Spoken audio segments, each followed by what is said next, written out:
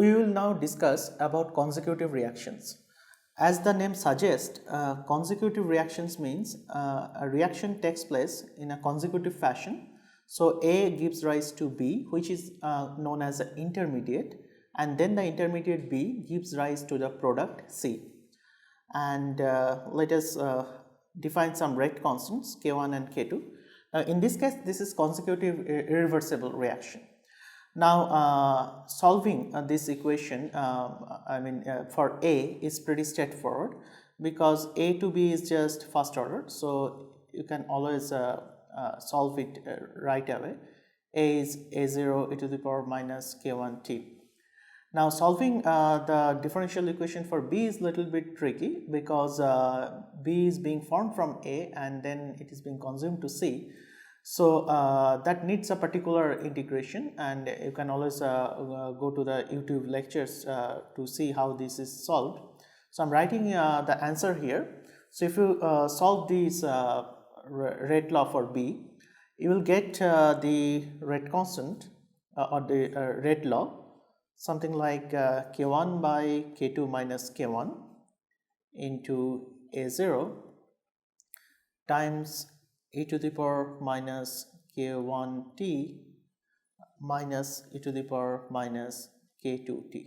Similarly, you can also get a equation for C which will be something like A0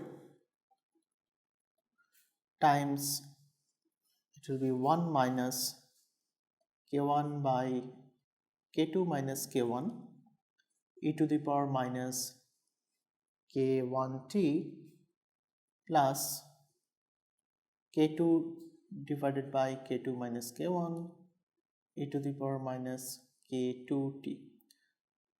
So, these are the solved solution of the differential equation. These are the integrated rate laws. Now, using these equations, we can now plot the concentrations of A, B and C with respect to time.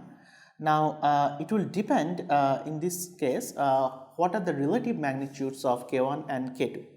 Now, let us first assume that K1 is much greater than K2. In this case, what will happen?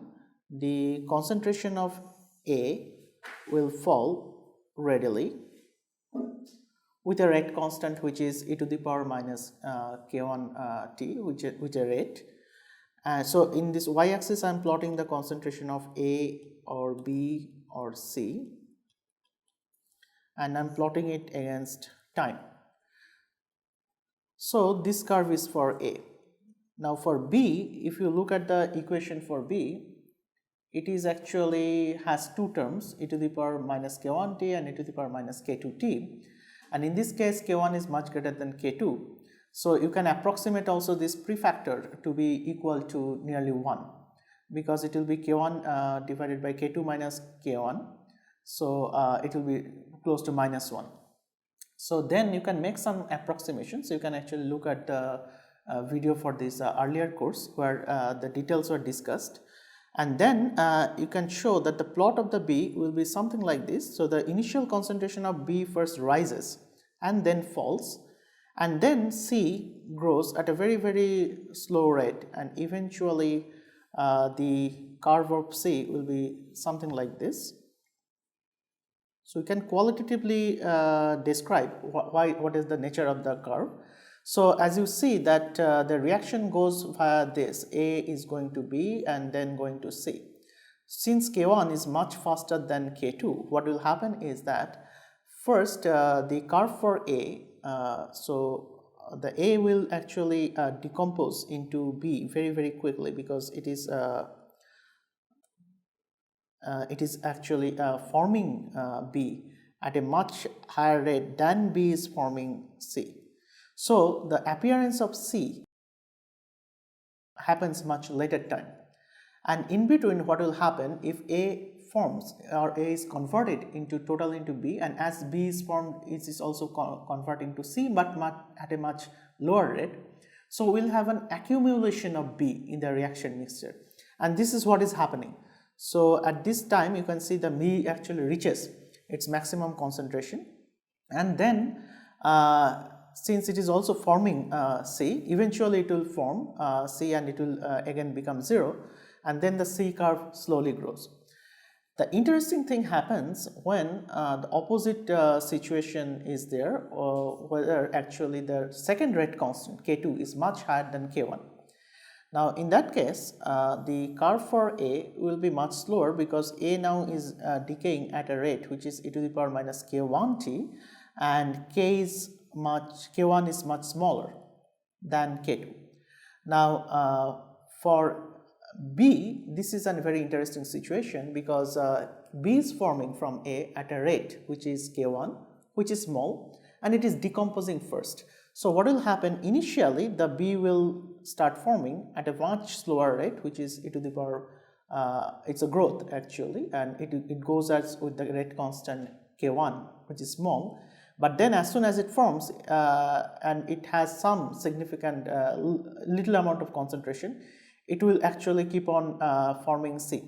So as soon as it is formed, it is decaying. So what it will mean is that this initial concentration of B will be more or less kept constant over a long time, because some amount of B was formed initially, that's that over a certain time, which is known as the induction period, and then once that little amount B is formed, it is rapidly now forming C, because K2 has a much higher value than K1.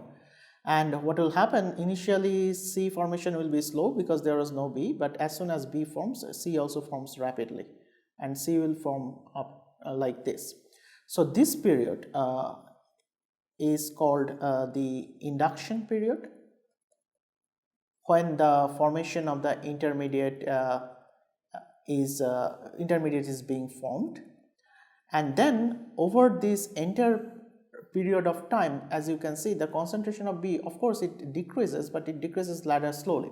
So we can say that practically the concentration of the intermediate does not change over time, or we can say that this concentration has reached a steady state concentration.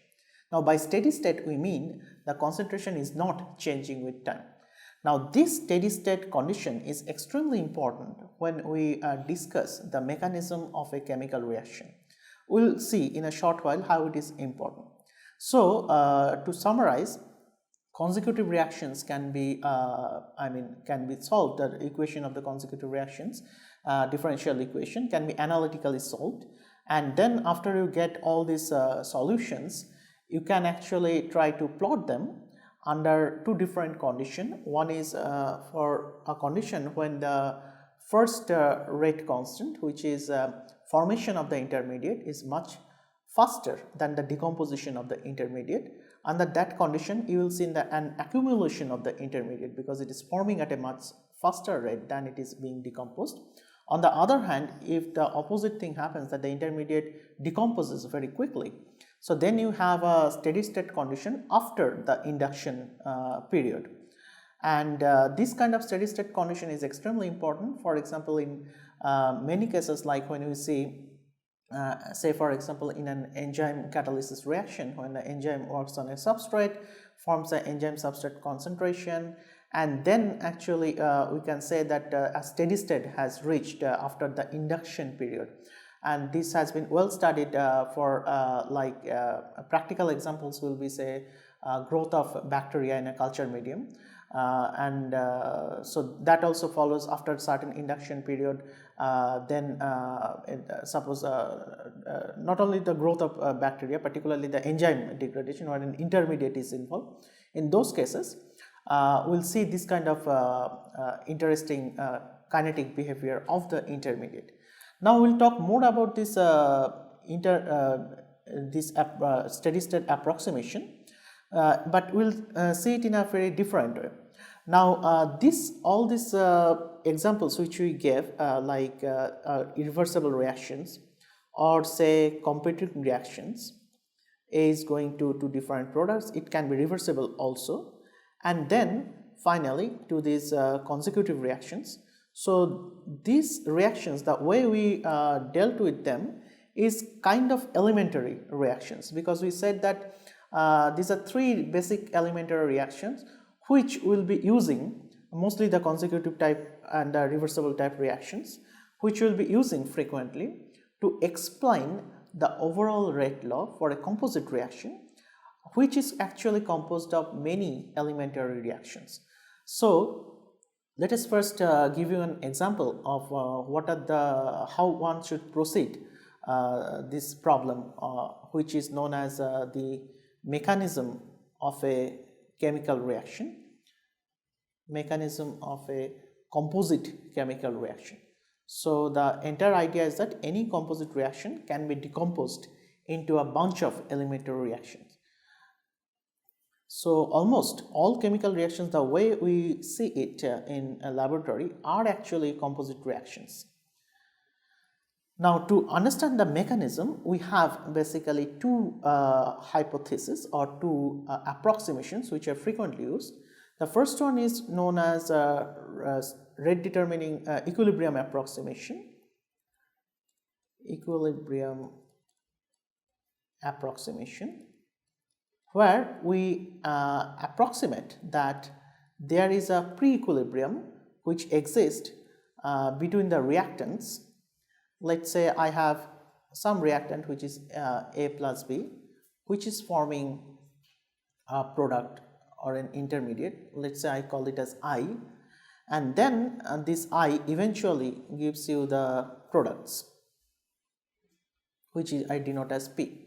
So what I am saying here, the overall reaction, let's say, is something like A plus B is going to product, and there is some rate constant which is the observed rate constant. That's why I am writing it as suffix OBS, which is the observed, experimentally observed rate constant, and I am assuming the reaction actually happens via a pre-equilibrium followed by a step, and this step is nothing but the rate determining step. So this step dictates the overall kinetics of the reaction, because this step is slow in nature, and we are assuming that this step is fast in nature, in the sense that there is a first pre-equilibrium, in the sense as soon as I is formed, I also gives you back the product. So under that condition, this equilibrium you can think as if it is a separate equilibrium, although you cannot truly, because the I, the intermediate, is not only a part of the equilibrium, it is also part of the second step. So we have basically two steps here. So the second step actually is forming the product, but since it is a slow step that we have approximated, we can think that this equilibrium is kind of isolated. Now from this equilibrium, I can easily write that the concentration of I divided by concentration A and B is nothing but the equilibrium constant, which is the ratio of the forward and the reverse rate constant. So we can readily say what is the rate of the reaction. The rate of the reaction for a multi-step reaction will depend on the slowest step, because the slowest step creates as if it's a bottleneck to the reaction. Now this rate determining step approximation, it's not an approximation, I mean it is the valid thing, where you say that if a reaction is composed of many different steps, the overall reaction or the rate of the overall reaction is actually controlled by the rate of the slowest step. Now this is realized in many day-to-day phenomena. For example, if you have highway and there are some different lanes and cars are going through the lanes at different speeds, you will see the overall speed is actually dependent on the speed of that lane where actually the cars are moving with the slowest speed. Again, another example will be if you have a toll tax or something like that, toll plaza, and then the velocity of the cars are slowed down because you have to wait, pay the tax and then go, and then the overall speed is dependent how frequently the tax is being collected and the cars are being late to go. So this is the very general concept of kinetics. In that case, I can write the overall rate of the reaction is rate of the product formation, which is in this case the dP dt. Since these are all elementary steps, I can directly write it as this is from the stoichiometry. I am writing it using the stoichiometry of the second equation because it is an elementary reaction. So, it is K2 into the intermediate concentration, and then the intermediate concentration I can easily get from the equilibrium, and which will be nothing but K2 times K1 by K minus 1 into A into B. Now, you see that the observed rate law is nothing but a combination of K2, K1 and K minus 1. Now, we could actually explain this mechanism in a very different way, there we will just use this concept which we just discussed, which is the steady state approximation. Here we considered the same thing, the same kinetic equation, like A and B initially forms a product, and the product, an intermediate, and this intermediate also gives back to A and B. But here the approximation is slightly different. What we are going to say is that this intermediate is under steady state, so that the concentration of the intermediate does not change with time. That we are going to approximate here. And then in the second step, as before, so this is the first step and this is the second step, and in the second step I will have a direct formation of the product with a rate constant K2. Now, what is happening here is, let us find out what are the terms that involves this di dt. So, if I see the first step, the product I is being formed at a rate constant with a rate constant K1. So, it is a bimolecular reaction. These are all elementary reactions, that is why from stoichiometry I am directly writing it, and it is also being decomposed with a rate which is K minus 1, and then it is also decomposing in the second step into the product. So, if I collect the terms, I can easily see that the intermediate concentration is nothing but, if I take this as common, it will be minus K minus 1 plus K2 into I. So, if I take the I on the other side, because this entire thing is 0, and then I will be nothing but K1 and into A into B and divided by K minus 1 plus K2. And then the rate of product formation as before is nothing but K2 into I, which is nothing but K2 into K1 divided by K minus 1 plus K2 into A into B. Now, you see that the rate laws which we derived using the equilibrium approximation and the second approximation, which we already told as steady state approximation, are slightly different. You see here that in the final rate law I have K observed is K2 K1 by K minus 1, whereas in the steady state approximation I have an extra K2 here. So, if we assume that this K2 is much smaller than K minus 1, then again it reduces to our earlier rate law which we got from equilibrium approximation. Now, we will see what is the connection, what does it mean that K2 is much smaller than K minus 1. Now, if you think in a deeper way, so let us just multiply both sides by intermediate concentration, which is basically K2 into I is much smaller than K minus 1 into I. So, what it means is that the rate or the velocity of the process 2 is much smaller or much slower than the velocity of this reverse reaction. Now, if you remember our original steady state approximation, the way we arrived at in the case of consecutive reaction, where we have A is going to B is in this case in our new notation the B is nothing but that intermediate, and that intermediate is forming C. The steady state is achieved when the intermediate is rapidly removed. Here we are saying that okay, fine, we can actually rapidly remove the B from the mixture, but it need not be the K2 has to be higher than K1. It can be the reverse reaction K minus 1 can also be higher than K2. So somehow you have to remove the intermediate from the reaction mixture as soon as it is formed.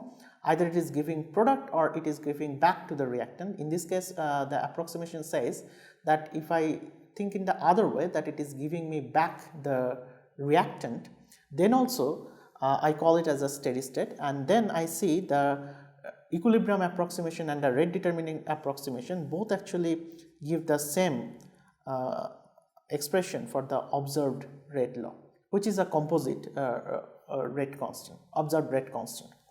Now, thus we see how one can actually use these two approximations which are frequently used. One is known as equilibrium approximation, where we say that equilibrium or a pre-equilibrium exists between the reactants and the intermediate, which can be isolated from the rest of the equations where or the reactions where the intermediate is eventually forming the product, because it's a fast equilibrium. And the other approximation, we said that there is no such equilibrium, but what is happening due to the fine balance between the different rate constant, the intermediate's concentration doesn't change, or the intermediate concentration has reached a steady state. And we see the connection is that the reverse reaction, which is the K, which has the rate constant K minus 1, if I make that very fast, that also gives me the same steady state approximation. So there is a slight, it's often students do not get this thing very correctly or understand it very correctly, that when we talk about the consecutive reaction, we say that it is a irreversible consecutive reaction. A is going to B, B is going to C. And then when you do the approximations, instead of the first step being irreversible, we write it as a reversible. So A is going to B, B is going back to A, and then B is also giving me the C, which is the product. Then we say that just like in the irreversible consecutive reaction, the removal of B or the intermediate has to be fast than the formation. In this case, instead of K2 being higher, we can actually make K minus 1 to be higher than the K2. Now you see here, if I make that condition that K2 is much smaller than K minus 1, which means K2 is actually small, which means again that the second step, K2 is the rate constant for the second step, it's much smaller, which again tells you that that is actually the rate determining step, which is the earlier approximation. So that is the connection between the equilibrium approximation or rate determining step approximation and the steady state approximation. And the connection is that when you make this condition that the back reaction in the first step is much faster than any other step, then only you can show that these two approximations are the same approximations. And then using this approximation, we can actually explain many other things and many other composite reactions, so which are usually covered under the mechanism of chemical reactions. And usually in textbook you will get a great variety of this mechanism of the chemical reaction. For example, we gave you an example of this reaction, H2 plus Br2 is giving 2 HBr, and the rate of the reaction, which we can express as in terms of say product, which is dHBr dt, was found to be extremely complicated. And if you remember, it was something like 1 rate constant times H2 into Br2 and then divided by 1 plus another rate constant, and then we had the HBr, the product concentration, divided by Br2. Now this reaction is thought to be composed of many steps. First, actually this bromine atom gets collides with some another atom of bromine or hydrogen or the wall of the container to give bromine radicals, and then this bromine radical actually initiates the chain of reaction. So these things are called chain reactions, and we can actually divide this entire equation by many such steps. Each of these steps are actually elementary reaction. So what we do ultimately is that we find out what are the intermediates, and in this case the intermediates are radical intermediates, which are bromine and iodine. And what we do is that we apply the steady state condition for each of these intermediates, which is for the bromine and the iodine, bromine and the hydrogen atom, and we make under steady state condition we say that this will be 0, and we figure out from all these equations what are the kinetic equations, and from that we figure out what is the concentration of H and what is the concentration of bromine.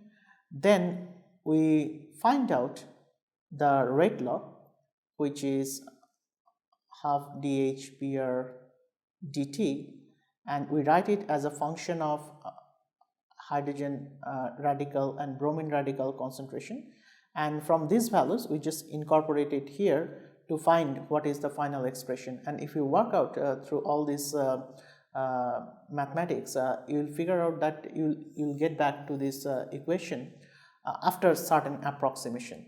So this is done, or this is given, this particular example as a problem in many textbooks, but we derived it in the earlier lecture, which will get it on YouTube. Now also as a final note of this topic, we also discuss often catalysis, and already we gave an example of catalysis, which is heterogeneous catalysis, when we discuss the Langmuir adsorption isotherm, but we did not discuss catalysis as such. Now catalysis means actually, so if I have, suppose A is going to B and we have some kind of activation energy, so the rate is dependent on this particular activation energy. Now this, if this is for the energetics for an uncatalyzed reaction, for a catalyzed reaction the rate of the reaction will be faster. The reason is the catalyst actually provides an alternative route. It actually binds to the substrate and then again gets regenerated. So that's why it is catalyst. It doesn't stoichiometrically take part in the reaction, but in effect it actually reduces the activation energy. And as you know, the rate constant is proportional to exponential minus activation energy by RT. In a result, what happens, reduction of activation energy increases the rate of the reaction. So the reaction is said to be catalyzed. The rate actually increases. There are many examples. We usually divide the catalysis into two parts. One is heterogeneous catalysis, where the catalyst and the reaction are in different phases. Like for example, there are many gas phase reactions. The most notable is the catalysis for production of ammonia, which is known as Haber process, where actually we use iron catalyst.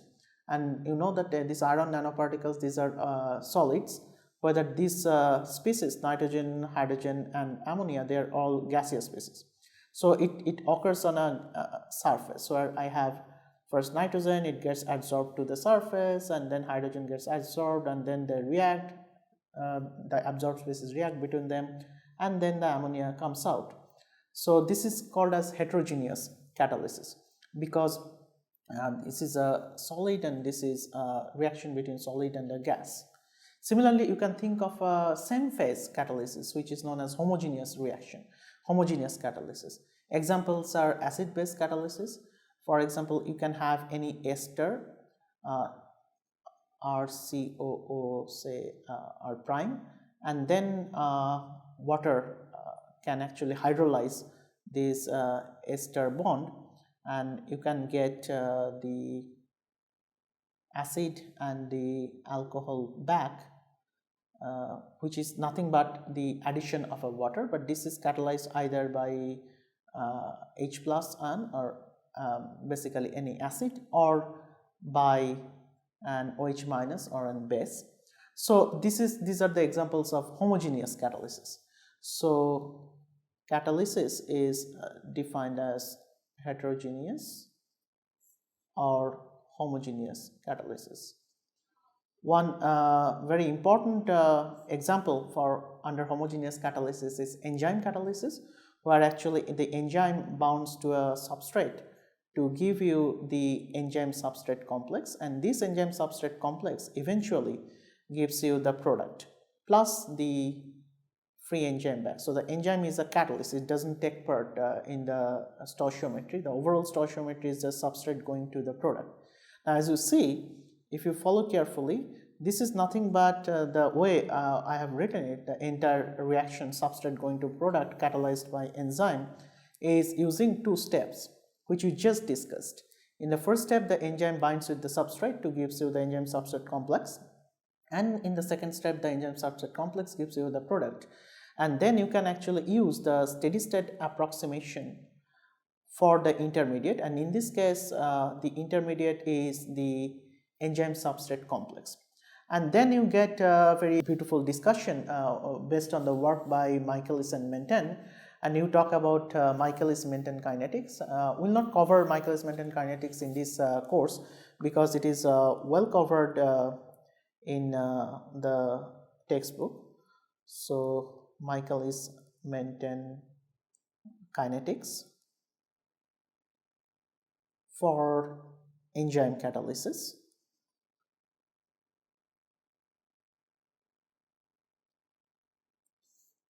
So you can always go back and have a look how it looks like, and then so if I usually it is plotted as the initial substrate concentration versus the initial velocity, and then something like this V0 and initial substrate concentration, and then you see that it actually reaches to a maximum speed which we call as V max. So all this discussion you will get it in any standard textbook, and then people talk about the alternate representation of the Michaelis-Menten kinetics, which is known as the Lineweaver-Burk plot. So which instead of V0 and S0, there you plot actually 1 over the reciprocals, 1 over V0 and 1 over S0, and then you get a linear plot, and these plots are known as Lineweaver-Burk plot. And these plots are very interesting when you discuss enzyme inhibition, because there you show how basically the enzyme inhibition is a competitive or non-competitive one, in the sense that the enzyme and the inhibitor and the substrate are competing for the same site of the enzyme, or they are competing for two different sites of the enzymes. So those things are also covered in the YouTube lectures of this preceding course. Now what we have done so far, we have given you an overview of how basically this the overview of the introduction to chemical kinetics, what are the rate laws, what is the definition, and how one can think about the integration of the rate laws, and then what are the specific type of reactions like equilibrium, opposing, and consecutive, and then how a multi-step reaction or a composite reaction can be decomposed into many single step reactions, so that we can actually explain the observed rate law by doing all these maths. But we need some approximations, and often we use there are two approximations. So one is known as equilibrium approximation or rate determining state approximation, and the other one is known as steady state approximation, and these two approximations are equivalent if you imply or if you just apply certain conditions. And then we talked about little bit about the enzyme catalysis. There also you use the steady state approximation to get the final rate for the product formation. And now we'll discuss the more advanced topics on chemical kinetics, how one can actually think about reactions where actually the product significantly alters the rate of the reaction. So these are known as basically feedback reactions or the oscillatory reactions, but the product gives a positive or negative feedback to the reaction. We also talk about the methods, other methods of solving the coupled differential equation for these particular cases. Before that, we'll give you a brief overview of how the kinetics or all these experimentally determined things arrive at this rate law, which means actually how you do the experiment. So we'll give you an overview about the kinetics measurement first, how one can determine experimentally the rate law for a composite reaction.